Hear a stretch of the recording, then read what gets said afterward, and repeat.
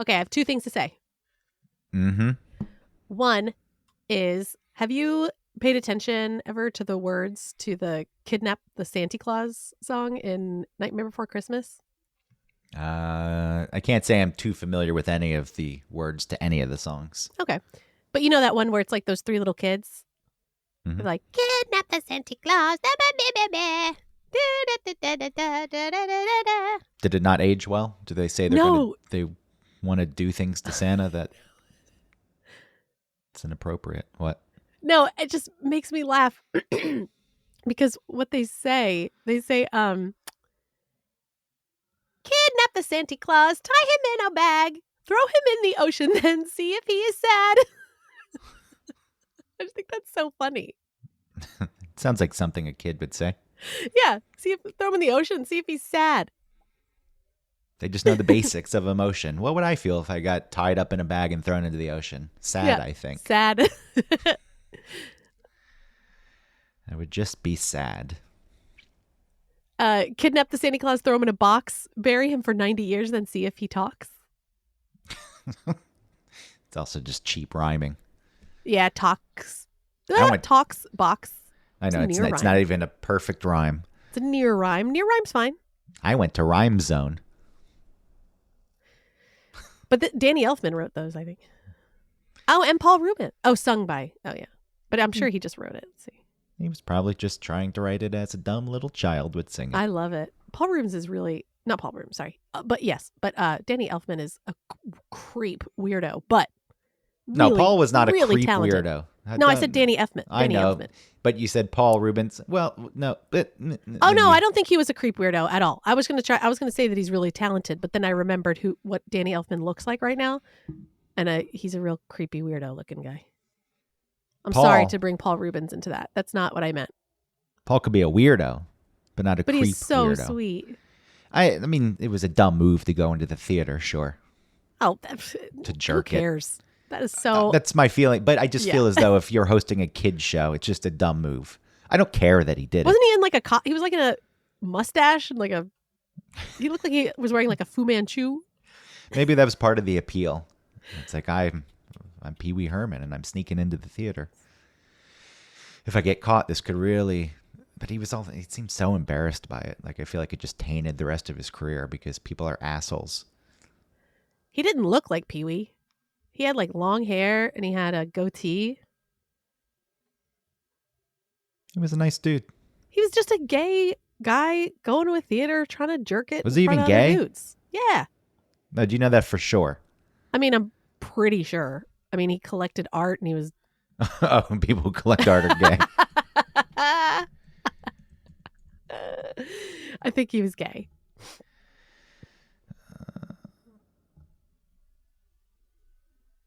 Maybe he wasn't out. I don't think he was out.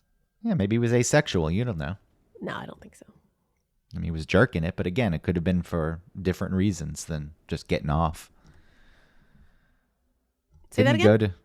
It said just because he was jerking it, he could still be asexual. Maybe he was going for different reasons. Again, the thrill of being Pee Wee Herman in a porn theater. We don't know what his motivations were. Well, maybe he was bi. Who cares? Oh, I don't care at all. But I just think coming out and saying he was gay. He collected vintage gay erotica. Like what? That's what it says. Cherry? What's cherry? Not the fruit, the chair that he would sit in. Oh, Cherry told me. Hi, Pee-wee. It was gay vintage erotica. Yeah. Your delivery came, Pee-wee. A chair that could give you a hand job. You sit in it. With that cushion. He put that cushion up his butt. Well, that's. I mean, why do you think he was friends with Terry? It was a big butthole then. Yeah. Just that genie it was just a face. There's no way to get off of this topic. What's the second thing? You said two things. The second thing is I had a funny email from someone. Well, did I tell you? Okay, I have two funny Hoffman Pepper stories. Wait, two things is now turned into three things. Well, now because I remembered another one that I was sent that was funny. Can I tell you both of them? They better deliver. Okay, so the first one was this guy. He ordered he ordered some sauce, and when he got it, the inside underneath the cap like seal had been a little bit broken. And he said he remembered it being broken because it was really hard to peel off the seal because it had been like covered in the sauce because some had leaked out, and it was like peeling off and breaking off and stuff. And so he was having trouble opening it. And then he talked about like him and his wife getting sick. They kept having like intestinal distress. And they couldn't figure out what was going on. And then they stopped using the sauce and they started to feel better. And he was wondering, this was like 6 months ago. He was like, I think it was the opened sauce that caused it. What was your response? Oh, my response was very kind, but I it was wasn't like, the open my sauce. dude. Huh? It wasn't the open sauce. Isn't the base of that thing vinegar? There's not bacteria growing in the vinegar that's going to cause them to shit their pants. Who knows? I don't know. But the fact, let's say it is the sauce. A, you can't come to us 6 months later. And also, okay, that's pretty obvious. And then the most obvious is don't use a product with that the seal's broken. I agree with that. I still, again, would look at it, and if it was clear that it just was broken in a way that it caused it like a small leak, yeah, and somebody hadn't tampered with it, I'd probably still use it. I mean, I would too, but I would not then go to them and say, "Hey, your stuff's making me sick." Then again, I went to the grocery store, and there was a box of saltines where the side flap was open. But the saltines inside, the columns of crackers were still in their plastic, and the integrity was there. But I didn't want to buy that one. It was the last one on the shelf because nobody wanted to buy it either because the side was open. So I get it. Did you take it in like a? No, I left it. Aw. This is when Christina was in bed and eating saltines. And so I had to get some off-brand. And there really is a difference. Even in saltines, because saltines are just like 3 ingredients. No, there was a difference. There's the premium saltines, which are premium. Ooh. Then there's I know. They're called premium. Yeah, and then there's a Keebler version. Those were okay. And then there was a store brand version. And they really were like pieces of cardboard. They were drier. Okay. They tasted a little staler. Less water. I love a good saltine. Yeah. It blows my mind how expensive they are. Saltines should be 50 cents a box. How much are they? Like $1.50? No, it's like $5.50 for the big box. And then they sometimes in CVS or the bodega sell just the one sleeve. And they try to charge $2.99 for that shit. Oh, but that's because you're getting the convenience. Yeah, it's like buying pre-diced watermelon. Yeah, cutting a watermelon is a pain in the ass. I don't deny that. But to charge $7 for a little container of watermelon, a container that if you bought your own watermelon for $10, you would fill up 12 of those containers, if not more. Oh, the convenience of it. Fuck you. I'm not above paying additional for the convenience, but that markup, that's not in line. What is that? What are you basing this off of? Yeah, because if you think about what could the cost be of making a saltine, it's got to be like 0.05 cents. And you got the cardboard packaging, the machinery. It's been paid for by this point. And all of the advertising that they do. Yes, on the train. I feel like in the old days there would be saltine ads on a subway car. Oh yeah. And they would come in a tin. Saltines, the cardboard you can eat. They'd be in a tin at that point, though, not a cardboard box. Oh yeah.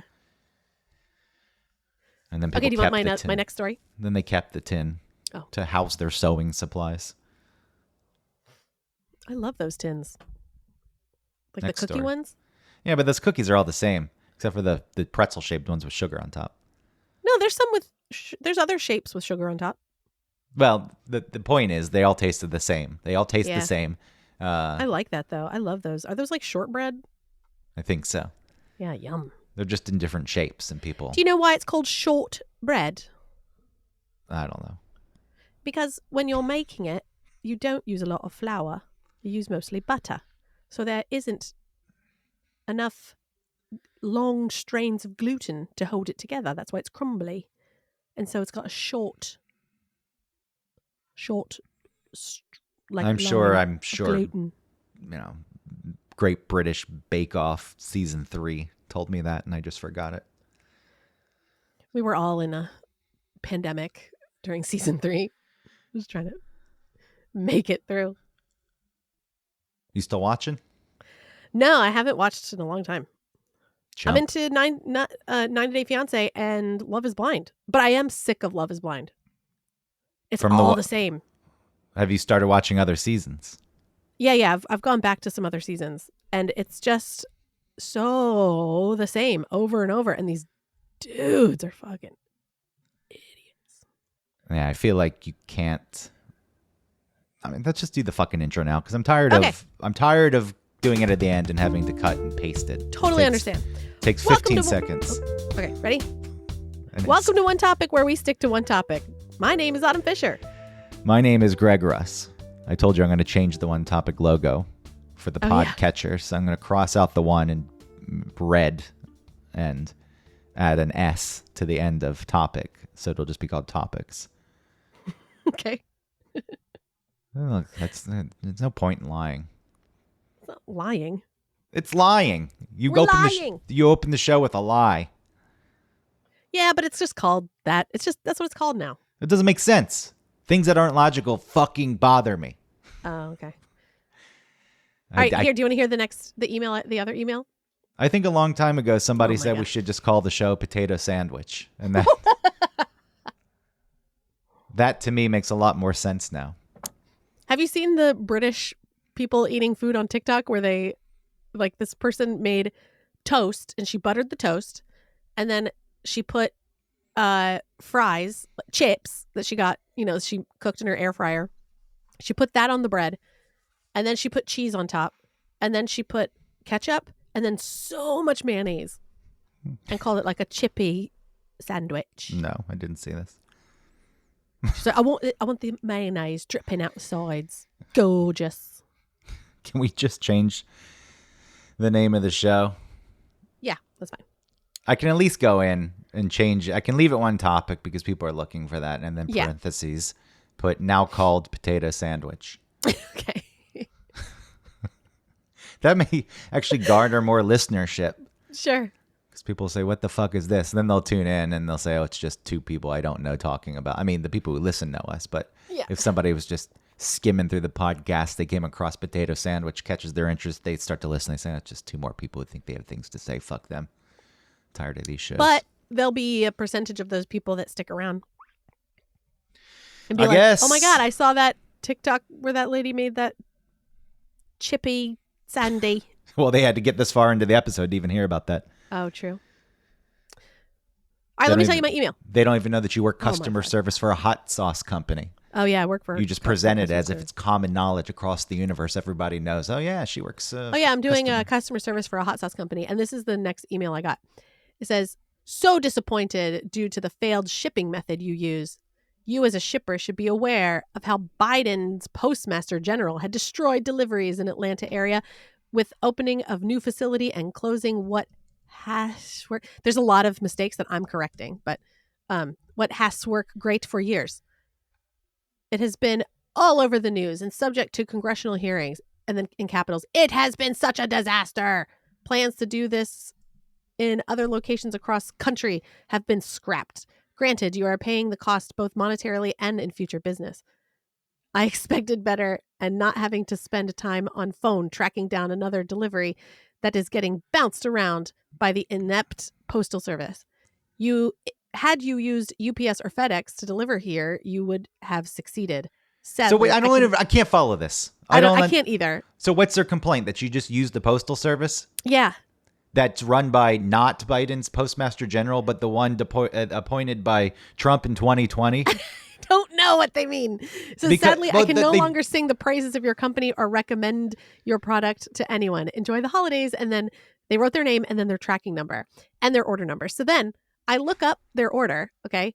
They ordered on Thursday at like 9:30 p.m. Okay. Last Thursday, the 24th. And then we fulfilled it on the 25th. And then it was like the weekend. And it's coming today. It's a Wednesday, the 30th. So he's getting it in like 4 business days. He's so People- pissed. And I looked at the tracking information, and it has gone directly from like Chattanooga to like whatever's next in like North Georgia down to Gwinnett County. Like it's not being bounced around. So I Yeah, because there's a laughing. sickness. There's a fucking sickness. The person just doesn't like the Postal Service because they have some preconceived notion Yeah. that it's run by a Biden appointee. But again, the Postmaster General, unless I'm wrong, I'm pretty sure I'm not, was never swapped. I don't know the rules of bringing in a new one if you can just fire them. But there was an uproar when Trump brought in the last one because, they were trying to run it more like a business, and I'm not that's saying that's a right. Yeah. bad thing, but I also, the post office sends things for He cents. was appointed in May 2020 by the Board of Governors in the U. Major You can send Republican- things he for was a few cents. So the point is, it's a service more than it is a business. Is there glut? Is there things to clean up? Yes, I am sure. I don't even want to get into that. This guy, going back to him, it feels as though he hates the post office because it's a government service, which is run by the Biden administration. And because of that, how dare you fucking use it? That's all I could take from it. Yeah. In general, it's a fucking sickness. People getting this deep into politics that they get angry that you send something by the fucking postal service. At least on the left, I feel as though being an atheist is en vogue now. People are against religion and have replaced their religion with politics, and that's a problem. On the right, they're just as... Oh, wait, so Biden did appoint him. in But he was a major... Sorry, I think. June 16, 2020. No, the election was in 2020. Biden didn't take office till 2021. If the current office holder, now that I looked it up, Yeah. Louis DeJoy, appointed on June 16th, 2020. Trump was in office June 16th, 2020.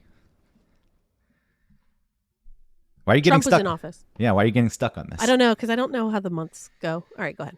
I'll just believe you. The election was in 2020, but that was November.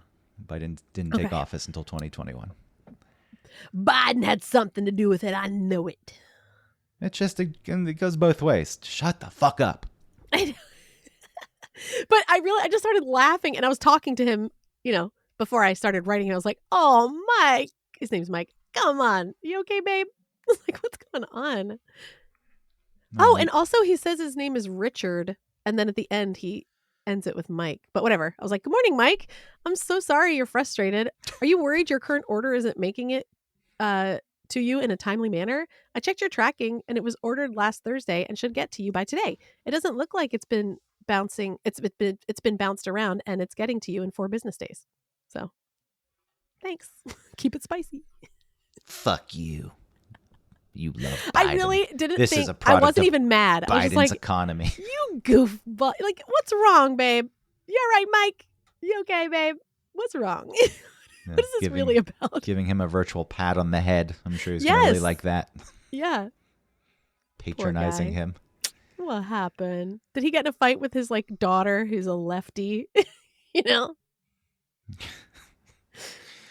You mad, honey? Aw. Yeah. You better watch out before you know it's going to be sending you unsolicited dick pics. And he's like, oh, He she's can't. being- It's through the website. You she's can't being attach nice anything to me. like that. All right. You're lucky. Well, I guess he could attach a dick pic now that I've emailed him back. I was Oh, reading about God. the job that people have for OnlyFans models, for example, where Yeah. you respond to their messages. A chatter, they call them. And I really got into it the other day, and I told Christina, I was like, I want to become a chatter. I want to respond to the sad dudes who are writing the women. They're not all sad, I get. Maybe there's... Is sad the correct word? There's something... Even if... I'm not saying subscribing to OnlyFans, following a model, Sure. jerking off to their porn is sad. No. I think the moment you're reaching out to them, I just never would write them. I was like, hey, here I am. Let's have a conversation. Because in the back of my mind, even if I were talking to them, I can't get past the fact is like, you're just going to work me to get more money. Like, Yeah. Because and then you feel connected to them, and then you can't even trust that connection. No, but people seemingly can trust the connection. Worse yet, though, is they're probably not even talking to the model because these jobs exist. These people go in and they chat. And I would do that. I would totally do that. I think you would be really good at that. I would be flirting with dudes. Yeah, I think you'd be good at that. You just throw in baby every other word. Babe. Call them baby. Tell them that they're sexy. They start sending their dick pics. And then you say, my tip menu says dick pics. If you want to send me one, that's going to cost you $75. That's right. So I'd love to see more, though. Yeah, Go ahead and put in that $75, and then I can't wait to see more of that big hog. I do think some people offer dick ratings and reviews. So again, it's probably not even them. You pay $100 to send a picture of your dick. Yeah.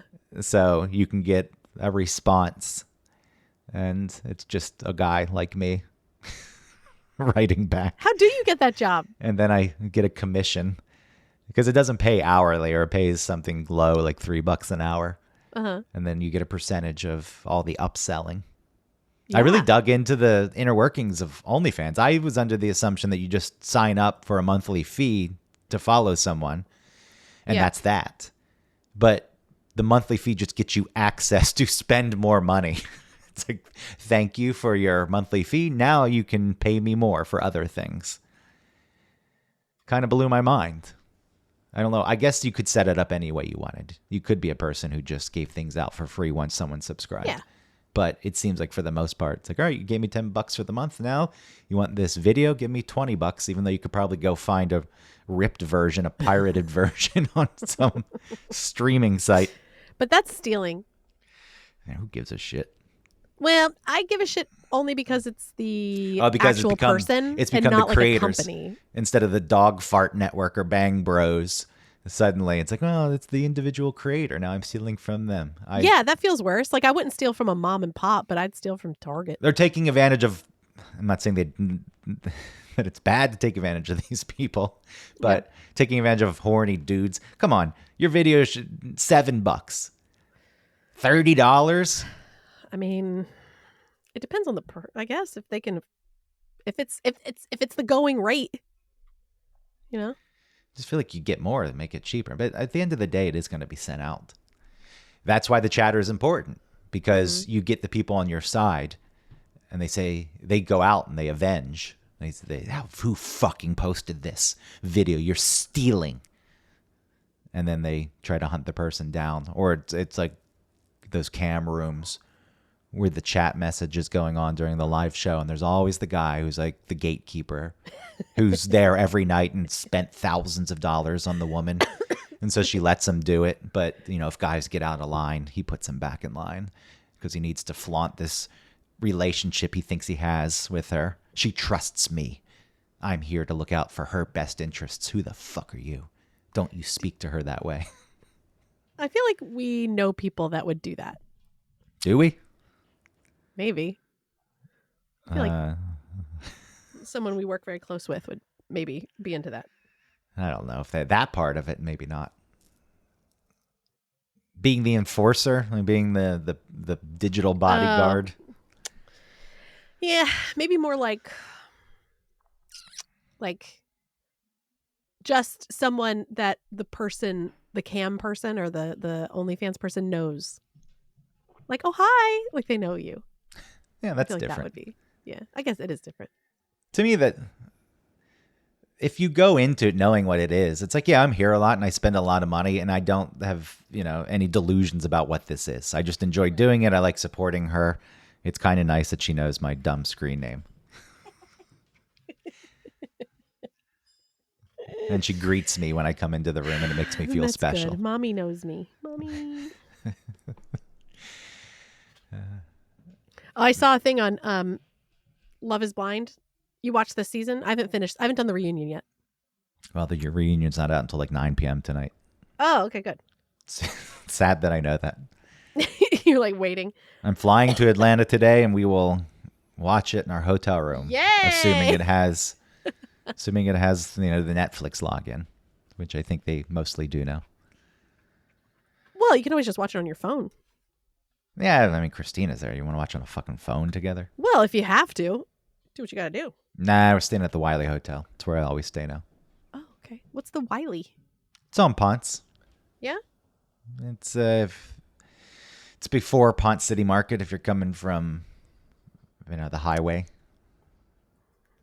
Oh, gosh, everything's so different there now. Yeah, but if you're heading towards Yeah, uh, I can picture it. like Virginia Highlands, Mm-hmm. it's before Pond City Market. Then you pass Pond City Market on the right, and then the Claremont Hotel, which is very nice. And I stayed at, when I would go to Atlanta for a bit, but those prices are goddamn Are they out. really expensive? Constantly. Yeah. All hotels are at this point, but the fucking Claremont. And then they advertise, oh, you can get this really cheap rate. And you're like, oh, wow. And then they have bunk rooms. It's like, oh, that's the one that you're promoting. What's a bunk room? It's a room with 4 bunk beds in it. Well, 2 bunk beds. What? So 4 beds. Yeah, What? It's a bunk What room. used to crash? Pretty much. It's like, hey, we're here to get wasted and we're just going to sleep here. We're going to terrorize the poor women at the Claremont downstairs, and then we're going to crash. I made the mistake of booking on a third-party site, and it didn't tell me what kind of room it was, and it just said cheap rate.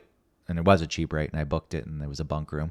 And not that I necessarily cared. The real problem is it's ground floor, even somewhat below ground level, where the window is more towards the ceiling. Those kind of rooms. No, what do you mean? The windows towards the ceiling? Like the room is half underground. Like if you look out the window, you're at street level. I see. Yes. Okay. So and then it's loud down there. But you get what you pay for, I guess. Was there anybody else in the room? No, it's not like that. It's not like a hostel. No. Okay. You get the whole room. The idea is if there's 4 of you and you are cheap, you can each make out like by paying $30. Anyway, the Wiley Hotel is fine. I enjoy it because it's not downtown. Downtown Atlanta blows. Parking no, stinks. who would stay downtown? Only people that don't understand that downtown sucks. That's where most of the hotels are, so most people will stay there. Right. And if you don't know Atlanta, well, that's not where most of the hotels are. There's hotels everywhere. That's where most of the hotels are. Downtown Atlanta? Downtown, Midtown, Buckhead, airport. Yeah. They're not really out in the neighborhoods. Yeah, I guess you're right. Guess you get an Airbnb, which I don't know. I stayed at an Airbnb in London, and it was nice because we had an upstairs, a downstairs, kitchen. I think when you're going somewhere, it is nice to have that. But it's just, they feel dirtier to me. They're more run down. The hotels are disgusting. I get it. I don't. Yeah, but there's a system in place. Whereas there should be a system in place with Airbnb, but it's really up to the owner, I guess. And it's the camera thing. Again, cameras have been found in hotels. So I'm not denying that. But Airbnb hosts, especially dudes, they are fucking creeps. And it's easy to hide cameras these days. Though I found out with your iPhone, if you just open the camera, especially when it's dark, it can pick up like that infrared. So any camera that's operating in the dark has to put off infrared so it can see in the dark. And next time you're in a dark room, open the phone on or open the camera on your iPhone and press the button on your TV remote, and you'll be able to see it. Whoa, really? Yeah, you can go to the bathroom after this if you want. Aim the remote at the camera and watch. Wow. So I cased the whole house with my iPhone. Okay. But what would you do? I know they put in a policy. Oh, thanks, Airbnb. The policy says no cameras. Yeah. Fucking crazy that at some point they allowed it. Even if it's in a living room. Well, I don't give a shit. not that they allowed it, right? It was that they allowed it. It just wasn't in it. It just wasn't in the policy, right? Maybe that's what it was. It didn't explicitly say you can have cameras, but they didn't say that you couldn't. And at first they didn't shut it down. They said it's the right person wants to watch their space. Oh, for I security. don't fucking want to be watched while I'm sitting there on the couch shoving food in my face staring at the TV. Yeah. That aside, back to Love is Blind. Oh. Yeah, what was I going to say about that? I haven't seen the reunion yet. Yeah. Oh, because I was having a theory about men's relationship to women, typical men, not like, of course there are outliers and there are people who aren't like this, not every man, but many of these men in general seem to either want like mommy, mommy. And then when mommy comes, they like hate mommy. Maybe that's just the Madonna whore thing, I guess. That's what they would call ambivalent So attachment. ambivalent attachment. Yes. So that guy that had the sisters that died. Yes.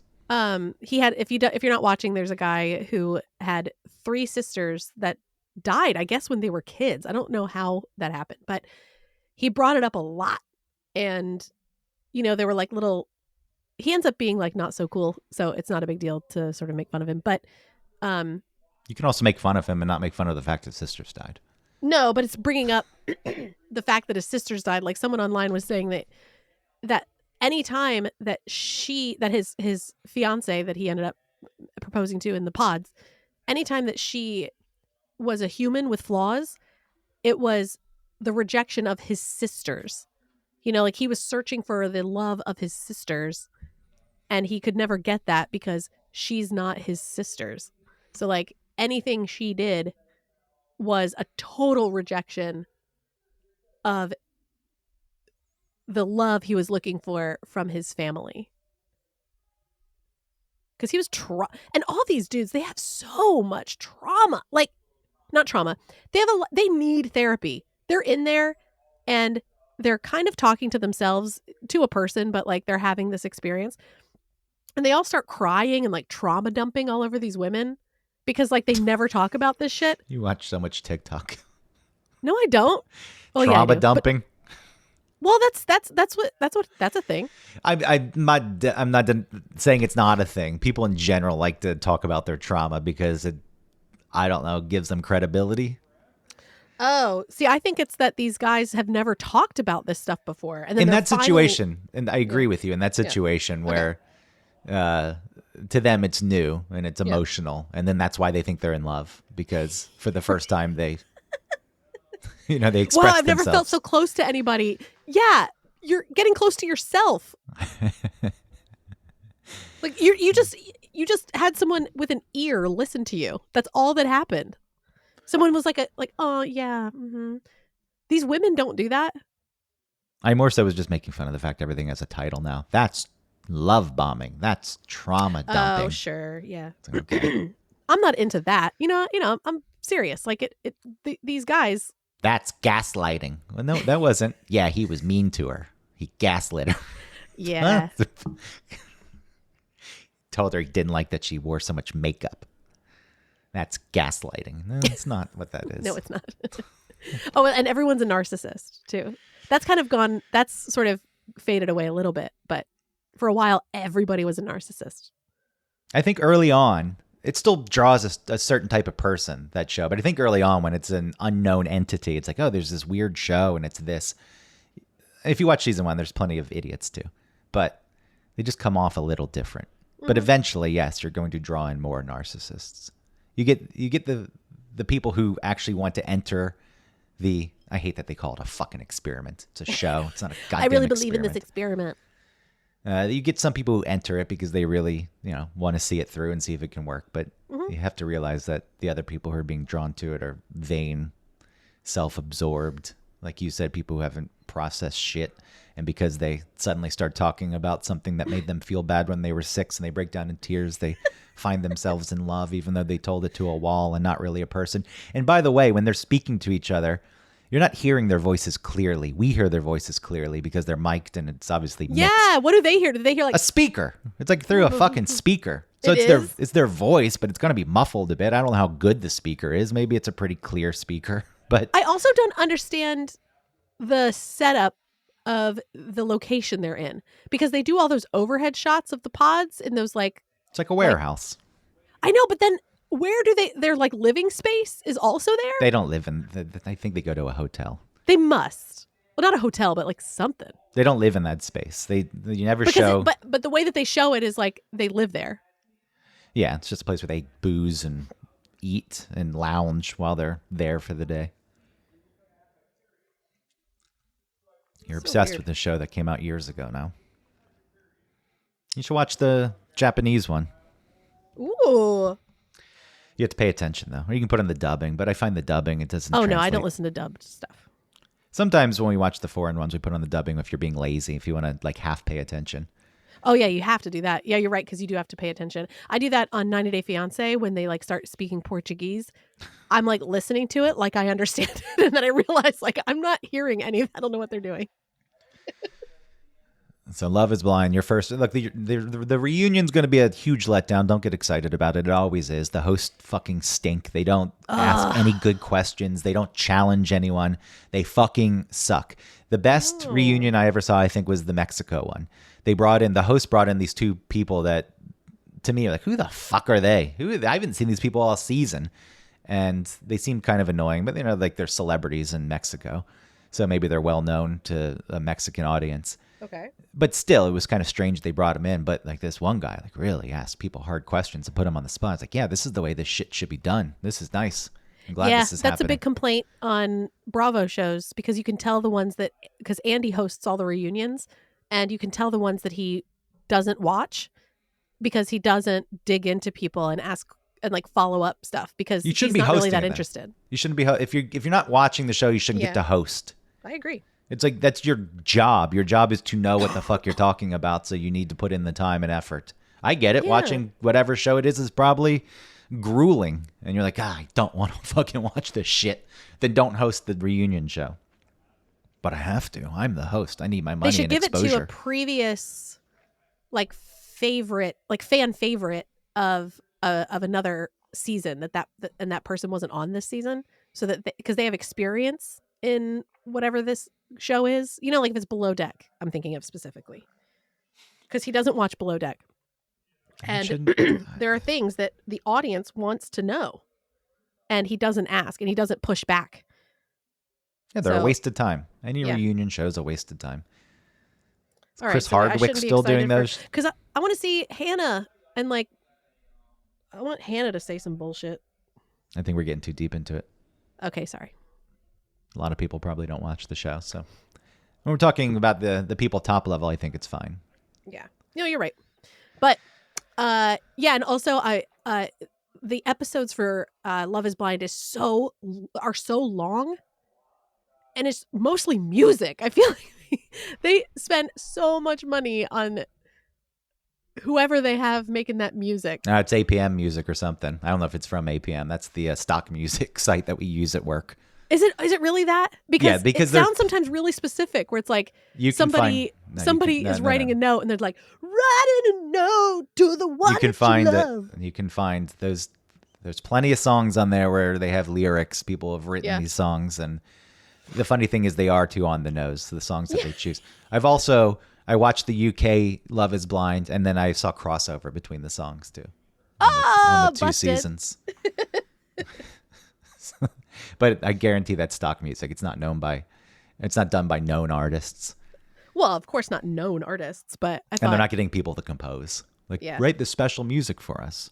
I thought maybe it was like, this thing happened and I need you to write like a stupid song like, sisters are dead and I miss them. You need to go, if you're going to go back, watch season 3. I watched season 3. So you saw the Cuties story. Cutie? Yeah, the little oranges. I don't think you watched season 3 then. I did. Nope, you didn't. I don't want to talk about it here because it's boring, people. Getting too deep into this fucking shit. Well, explain the Cutie story. People tuning into Potato Sandwich don't want to fucking... Welcome to Potato Sandwich. This is where we talk about things. There was the season, there was these two people, and the woman just kept treating the guy like he was abusive to her. And she told some story about how he criticized her for eating and calling her fat. She was implying that happened. And she brought up a specific example where he got onto her because she was going to eat an orange, a little cutie orange.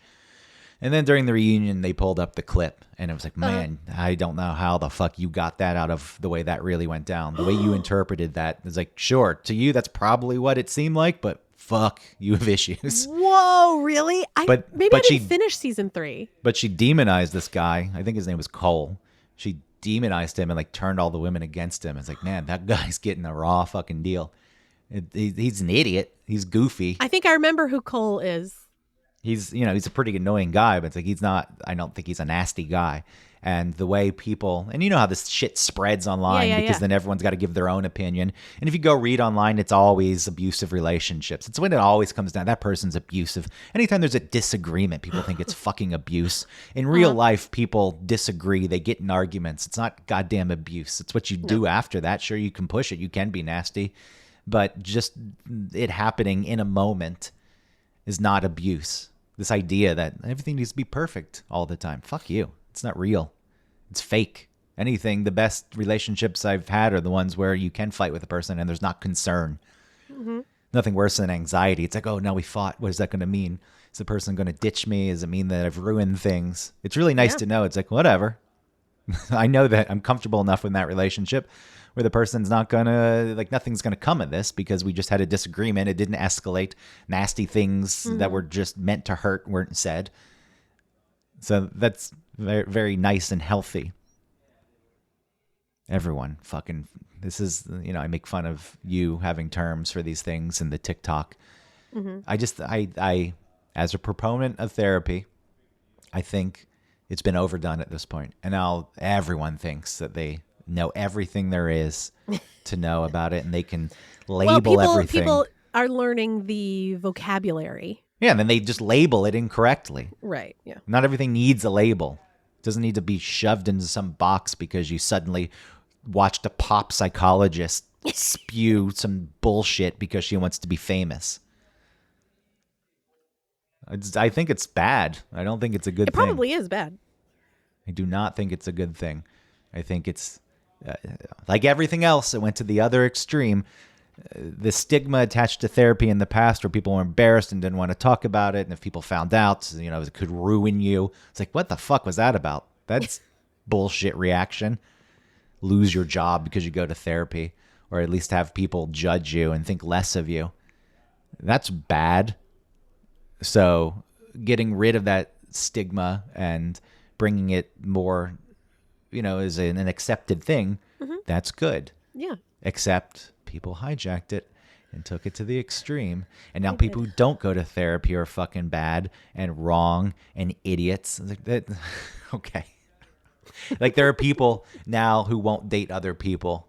And granted, this is more stories from online dating, but apparently it exists. If people are putting it in their profiles, if you're not in therapy, swipe left. What the fuck? Okay. Couldn't you have a conversation? It's like, yeah, I'm all for therapy. I think it's great. That sounds like someone who's not in therapy saying that. Or they are, and they now buy it as like the greatest thing in the world. And we've already talked about that therapists themselves can be flawed and they can smash in your back windshield on your car. It's been established many times on this show.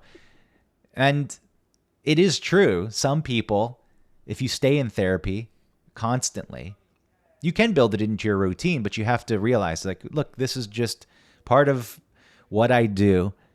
There are probably going to be some weeks I don't have anything to talk about, and that's okay. Mm-hmm. But people don't do that. A lot of people create things to talk about. Like, well, I've got nothing to talk about and going into therapy. You think people really do? Don't you think therapists know that, though? Therapists may know that, and I think it's on the therapist. Just let them go, Well, I think a good therapist at that point would say, I don't know if you really need to be coming every week at this point. I think we've made good progress here. I think that would be like, whoa, you're making stuff up. Like, this is a problem. We need to talk about that. No, I don't even know if it's a problem. I don't think it's that deep. I think it just becomes pressure. You're like, well, I'm paying, I'm going to therapy. I like this relationship. I like doing this. There could be other factors. Like, I don't want to let my therapist down because I have nothing to talk about, even if it's subconscious. I don't know if anyone's outwardly saying that. But no, I think going nonstop forever, not for everyone. Not everyone needs to stop going or scale back. But I think a lot of people, it's like, it doesn't need to be an ongoing thing. No, I agree with you. But I think that if, as a therapist, if I felt like the person was lying to me about... I know you'd want to get really deep into it, though. No, I would just be like... Why are you lying? What happened? Yeah, I'd be like, okay, I would want to get into that. And then also, if it's like, oh, they're just making it up to... I'd be like, well, then maybe we need to scale back. I would understand that. Also, I don't mean that they're lying. Okay. I mean, they just create situations in their lives. Like maybe they antagonize a person so they can get into an again, argument. that's more than you need. Then therapy's not over. I think doing? I think therapy's the cause of that point. No I've got way. my Okay, appointment no. coming up, and I have nothing to talk about. It's like, Yeah. maybe it's time to not go to therapy for a bit. No, maybe it's time to talk about that in therapy. You're creating shit to no way. That's I think you it's ain't pretty done. basic human nature. You forge this not. relationship. You No, forge because this then you don't have an relationship honest that relationship has. with your therapist, obviously. You have an honest relationship because you're bringing honest things. You started the argument, so you had something to talk about. It's not Right. lying. You better talk about that in therapy. I created something so that I could talk about this in therapy. Why do you feel pressure I don't to think it talk runs about that deep. something? I think it's you have a relationship Is that has these. this about you and this is why? No, it's not. I don't you think do it's that I don't think it's that deep of a fucking thing. I think you have a relationship that has a set of expectations that go along with it, and you want to meet those expectations, especially if you've been doing it for a few years. There's a relationship that's forged. The relationship is built on you bringing things in to talk about. If you don't have anything to talk about, you're going to let that person down, and that relationship's not going to exist in the way it's set up. So it's not that insane of a thing. And that is no. Because then I'm not saying it's good. I'm just saying at and that then point. you feel like a relationship with someone is conditional. That what is a relationship with a therapist? A tool, a person to help you, a person It's that not is- conditional in that they're going to ditch you, but you're saying that you're afraid that if you don't give them something, then they're not going to like be there for you. That's not what they're there for. I still don't think it's that deep. Okay. You can go ahead and not think that. I think to me it's like, all right. I'm not saying it's so deep, but I am saying that if you feel like I slowed down on therapy because what I was doing was handling and processing things on the go, and then I was every 2 weeks, and then like anything that had come up, what I would have processed or journaled about it and did all sort of the work of dealing with whatever, and then I would come to her and I felt like I was bragging. I was like, I did this and then I did that and I felt really good and I felt like proud of myself and blah blah blah. And so I felt like I was just telling her all the good things about myself, and I felt like and then she said, "Good job. You can reward yourself by paying me $250." I told her, I was like, I don't know how much I need this, like, I don't know. I said, this is what I feel like I'm doing. And she's like, okay, well, we can go to just whenever you feel like you want to talk. I didn't feel like I need to start coming up with stuff. In general, some people, I think, ongoing basis, it's part of their life. It's just their routine. Yes. That's fine. But I think a lot of people have taken it and run with it to the point where it's like, I have to do this. It makes me a better person. Like, it does, if you're doing it correctly, make you a better person. But I mean, outwardly, people know I'm in therapy, so therefore they think, I'm a better person. My reputation. Again, that requires therapy. The fact that you think this is what people are doing, though. If they need therapy. They need to actually do the work then, and not just go. If there are people who are as like a medal, as like a thing to wear and say, I'm in therapy, and doesn't that make me a better person? That's what it's become. Well, if there are people who are saying, I don't want to know you if you're not in therapy. Yeah, like I said, that person sounds like they're not in therapy or they're not doing it right. And maybe they're not doing it right. Yeah. But when it becomes part of your identity like that. Then exactly. It shouldn't be nothing like that should be a part of your identity. Your identity is a complex web of things, not just one thing. So that if that one thing ends, who are you? Like that. You need therapy for that. There should be a level of stoicism. It's like, yeah, self-awareness, self-work. Yeah, those are good things. Why do you need to go around and let everyone know that's what you're fucking doing? I don't know. I'd never. If you just want to be a better person, just be a better person and don't tell everyone that you're a better person. Well, there you go. Because that, again, is like not how to be a better person. So if you're in therapy, you ain't doing that right. If that's what you think. I just don't know why people need to have everything on display. political beliefs, mental illness, trauma, I anxiety. think sometimes if it's something that you feel insecure about, and then you put it out there first, like if you're I did that when I was 16, 17, 18. I went Right. too long doing that. I did that until I was probably like 24. And like Yeah. that was way too late in life to be doing that.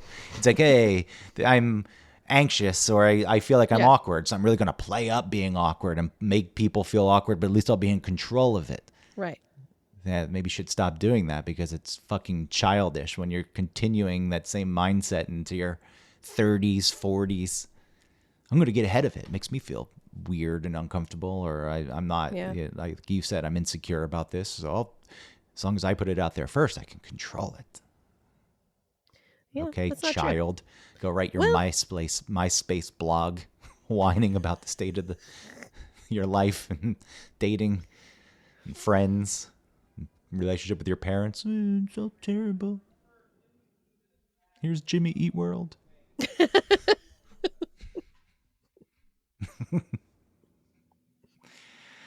I like Jimmy Eat World. Some Is that decent in the stuff. middle? Yeah, It that's just one takes other. some time. That's one other. In the middle of It was a popular song, but they had much better music than that. Oh, they did. Yeah, their whole catalog is so much better. Than that, it is sometimes. The worst song Yeah, is of the course. one that really takes off. Everything will be all right. Jimmy Eat World on 96.7 The Buzz. Here's Audio Slave.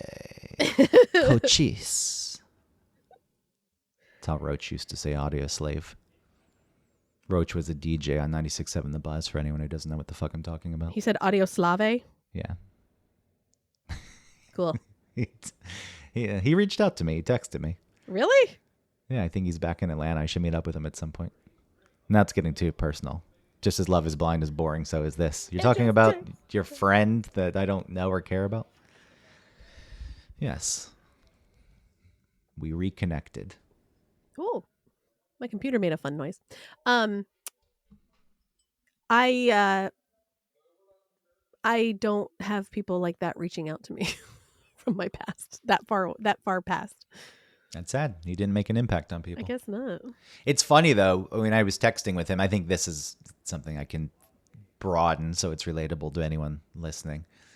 I'm going to talk about the specifics, but I think in general, I was very close to Ben.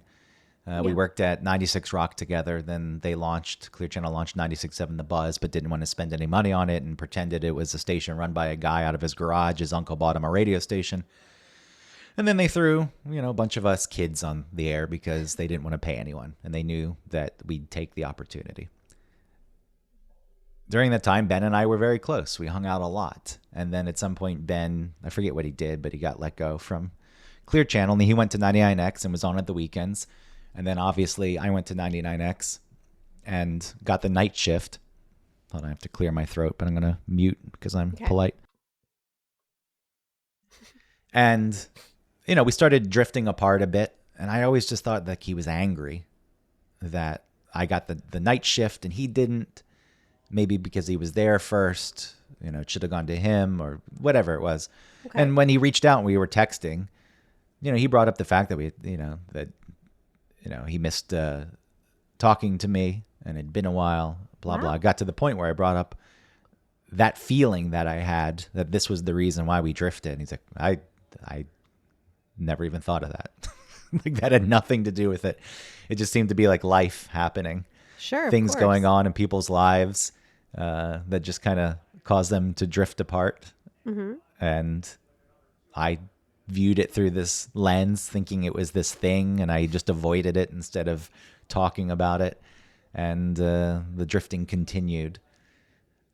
Because there was nothing I could do, I guess, in my mind to fix it. I was like, look, this is just the way it happened. And if this is the problem, there's nothing I could do. I guess I could talk to you about it and we could fix things. But I don't know. What if you say, fuck you? I don't want to face that. Maybe you hate me because I got this air shift. I don't want to face that. Yeah. And then it was it's nothing. easier just to let it lie instead of having to deal. Yeah, there was nothing. And he's like, no. Nope. Not at all. It's like, okay. The importance of communication. Yep, it really is. It's hard though, because that's just anxiety, right? Is the perceived pain, the idea that something's going to happen. Yeah, it's avoiding conflict. Well, that the idea of that pain that isn't there is more painful than actually going through it and then realizing that it's not really all that painful. Yeah. So now I said, I'll reach out to you next time I'm in Atlanta, and I'm going to Atlanta today. I'm not going to reach out because I don't have enough time. Terrible friend. Yeah, we should reconnect. I want to. I do. I just, this is like, we're going down for 4 nights, getting in tonight. That's 1 night wasted. I have to officiate my sister's wedding. She asked me to do this. Oh, she's getting married? Yeah. Oh, wow. I'm kind of dreading it. You have to officiate? Do you know what you're going to say? No, I got to go talk to them. And oh, my God. I have an idea what I'm going to say. Yeah. They've both been through some shit that other people don't understand, but they both have been through the same thing. So there's, understanding and stuff like that. I'll put something together. Everyone always thinks I'm going to be snarky and make fun of it in these situations. Even the only other times I've officiated weddings as a minister of the Universal Life Church was for radio stunts, where the morning show had like a goth couple getting married on Friday the 13th in October in Oakwood Cemetery in Atlanta. And they wrote a very nice thing for them. I was like, we did it live on the air, and I don't know if people thought I would like really go after them. Look at these fucking freaks wanting to get married on this day, and I don't know. I just wrote something that I put heart and thought into. And then the other one was a redneck wedding. I forget where it was, at one of these country bars out in the suburbs in Atlanta. And that one opens itself up even more to being made fun, like the people being made fun of. But yeah, like the fucking General Lee was outside the fucking car from Dukes of Hazzard. I was like, oh fuck. But that was their idea, or was it part of the stunt? I don't know if bringing that car was their idea. I think it was just all kind of set up as what is a redneck wedding and what would happen. And remember that comedian Brett Butler, a woman? She, for whatever reason, I feel sorry for her. Like, she was booked on the show that day, so she had to come out to the venue and be there for the redneck wedding. She wasn't really part of it. It was just like she was on tour and coming on the show to promote it, and had to come out to the fucking redneck wedding. And I remember sitting at the bar having a beer. She was having a beer at like 8 a.m. It looked like she was thinking, why the fuck am I here? How did this happen? But I did she's from Atlanta. All right, so maybe Georgia. Maybe she knew the show and wasn't as bad as I thought. I just think it might not be as bad as you thought, but I just think of a comedian who had a sitcom at some point. Like, how did I get here? I don't remember what I said for my service. I don't remember what I said. But again, I wasn't outwardly making fun of people. I would try to make things like funny, but not at the expense of the people. Of course. Like light mood, but still sincere, I guess. Yeah. Yeah. She came up afterwards and said, that was very funny. That was good. Cool. I said, thank you.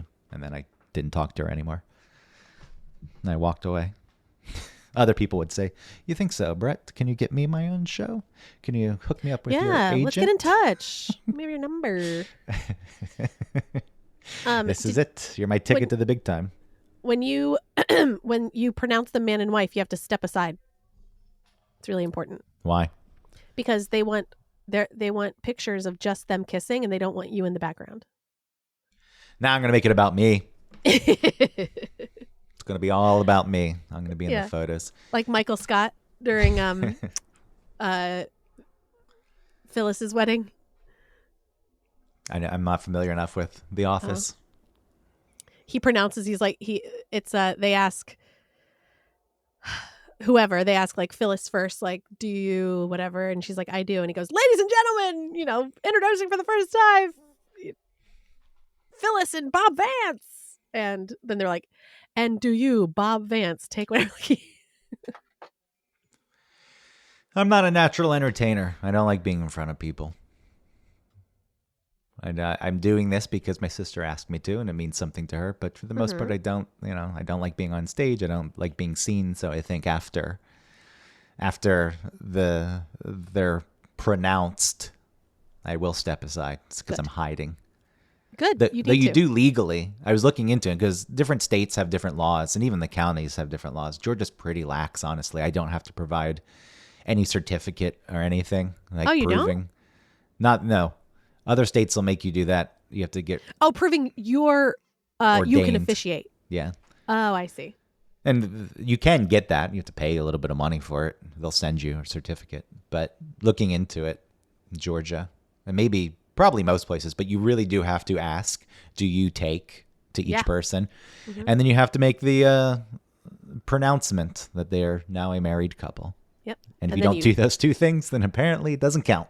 Then you take a big step to the side. Then you sign the wedding license, the marriage license, and you feel like a fraud. You're like, I don't know how this is legal, but okay. But I guess I legally married you. You're really just a witness, right? You're really just like It's a yes. semi, like a quick little judge or something. It is a ridiculous thing that you need to be ordained in order to do this. Why? I know where it's born out of, but the fact that there's still laws on the books. Like, if just a regular person does. Like, you do need to have a witness on top of those other two things, asking and Right, pronouncing. yeah. There does need to be. Some states require more than one witness, but two usually, one or two. But the fact that just any person couldn't conduct it and say, all right, I was there, I officiated it, I affirm that these things happened and they said this and it's real, and you sign it, but it's like, you're not ordained. So, okay. All right, here you go. The Universal Life Church, they'll do it for free. Is that where people also get like a chiropractic degree? No, it's Life University.